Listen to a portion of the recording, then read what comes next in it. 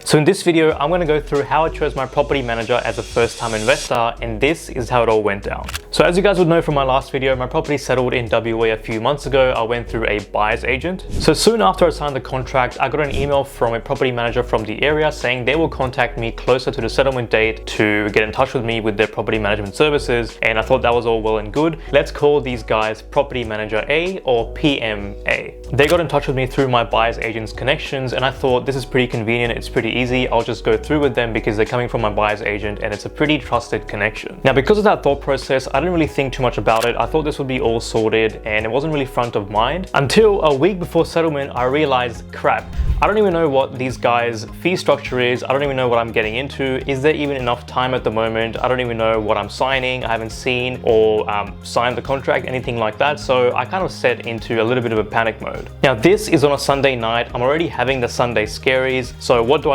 I go on ChatGPT and I type in this prompt, and ChatGPT spits out an email script, and I fired this email script off to the property manager A at about 10 p.m. on a Sunday night, hoping to get a reply the next day. Next day he replies and we set up a call at around 5 p.m. my time. So I have the call with him and he walks me through it all, and the one thing that I noticed that really stands out to me is the fact that he's very enthusiastic, he's very friendly, he's not like a typical salesman that we would see that is very arrogant or pushy. There's nothing like that. He's a genuine person, and I'm glad that I had that conversation. And afterwards he sent the fee proposal through and I took a look and I went, damn, this is pretty pricey. Now, as an interstate investor, I was prepared for the high property management fees that Perth is known for, but looking at this was quite shocking to me. There were fees for every little thing, and I thought to myself, okay, this person is definitely somebody that I want to do business with, but at what cost? So I frantically went on Google and found any property management company in the area under the sun, sent them the same ChatGPT email template to find out about their fees.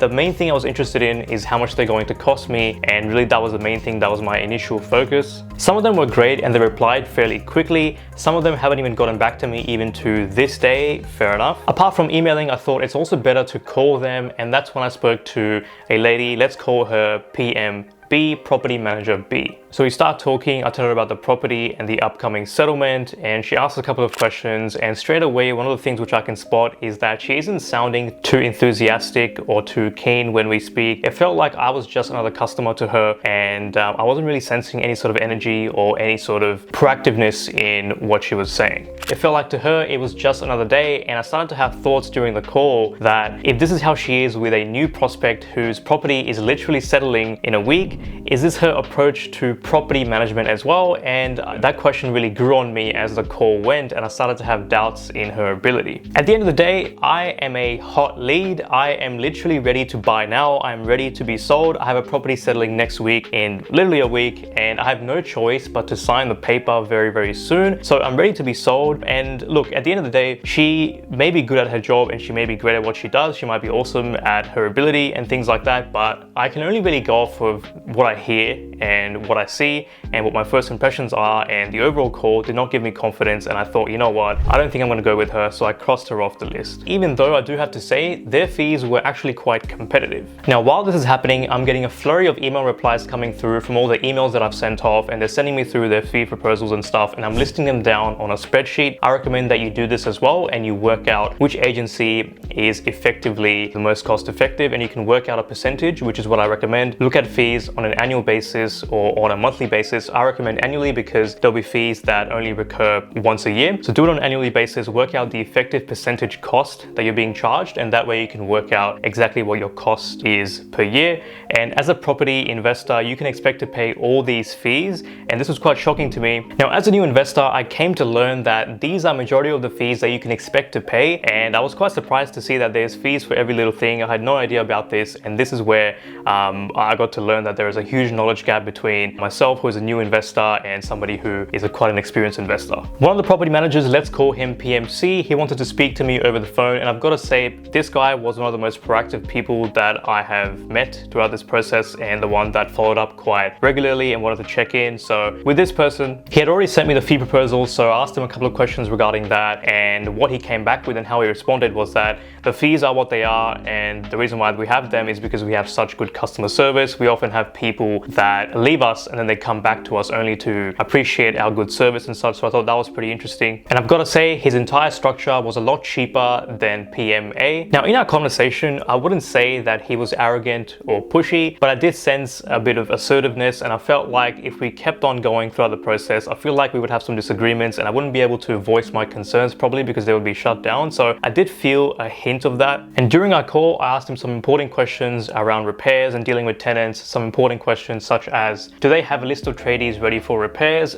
Do they just choose anybody and not worry about cost? Are they all licensed tradies? Very important. How they deal with disputes? Do they help tenants troubleshoot issues firsthand as opposed to calling a professional immediately, because that matters a lot. About half an hour after I call, he sent a follow-up email with a review they just got on Google, and he was again trying to follow up and see if I had any questions or anything like that. So I thought that was pretty interesting. It was good to see that he was really trying to fight for the business as opposed to the previous property manager, PMB. So I was inclined to go with PMC just because of the cost, but I still couldn't stop thinking about PMA because the PMA was a recommendation from the buyer's agent and he was just a genuinely good person to speak with. He wasn't pushy or anything like that. I didn't feel any sort of arrogance or condescension, and I was just trying to think to myself if there was any way to combine the cost structure of PMC with the excellent service of PMA. If I could somehow have both, that would just be the ideal property management company. So at this point, I'm in two minds. So what did I do? I again went to ChatGPT and typed in this prompt to help me out, and this was the result. You can pause to read this. Now, before I called PMA, I felt so nervous and also felt really guilty and really bad. Here we have a person who's been absolutely great to deal with and he's been excellent so far, and now I'm gonna go and make this request. I feel like a bit of an idiot asking for discounts, and it just felt like I was just trying to cheapen the relationship a little, and it didn't really feel good. I didn't want to make him upset by disappointing him, and this all sounds ridiculous, but it's true. These are the thought process that sometimes go through my brain. On top of that, I'm not good at confrontation. It sucks, and I know it sucks for most people, but at the end of the day, the numbers matter. It's your money at the end of the day, and it's your money that's going away from your own pocket. So everything matters. It's all business at the end of the day. Do not feel bad about it. And most importantly, one thing that I'm trying to live by is the quote, if you don't ask, you don't get. Nobody is going to voluntarily cut down their profit margins by giving you a discount, but you can increase the chances of such a discount by simply asking. The worst that can happen is that they'll say no and you'll go to your next best option and you'll move on. And at the end of the day, it is just business. So I picked up the phone, I made the call, I stayed genuine, I stayed courteous, I stayed humble,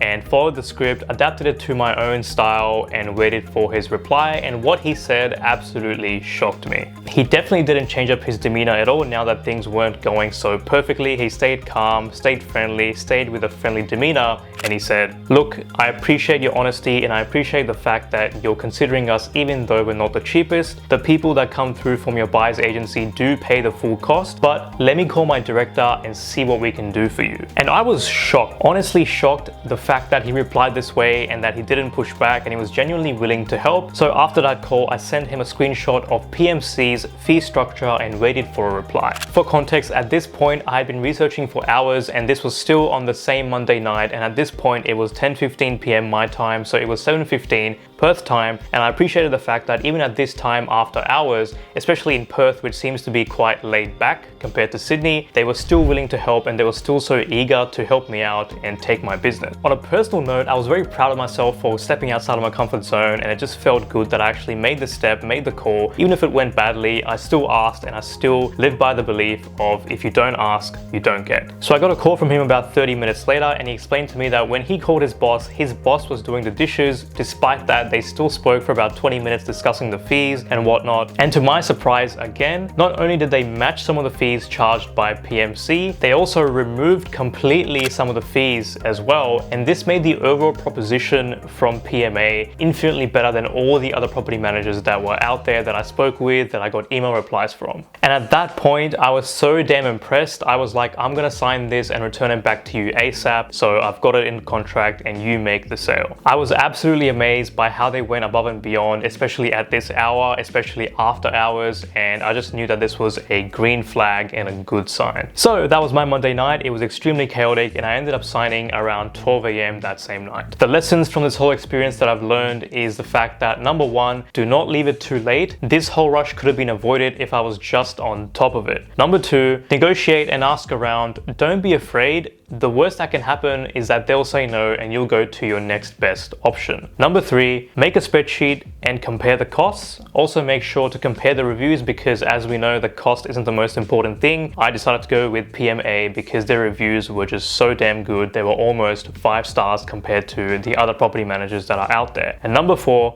work with people you like and respect. Again, PMA, huge respect for that person and I do like working with that person and I can't wait to deal with these guys continuously. Now, just for fun, I'm going to mention PMD. These are the people that were the property managers for the previous owners and they reached out to me after I signed the contract with PMA. They told me that they know the tenants for about 10 years now and they have a good relationship, etc., etc., and they'll be more than happy to take over the property management once I buy the property. But there was no way that I was going to choose these guys because they had turned a blind eye to several issues in the property, including structural issues, which I will talk about in my next video, which is quite serious. So stay tuned. I will see you in the next one. Bye now.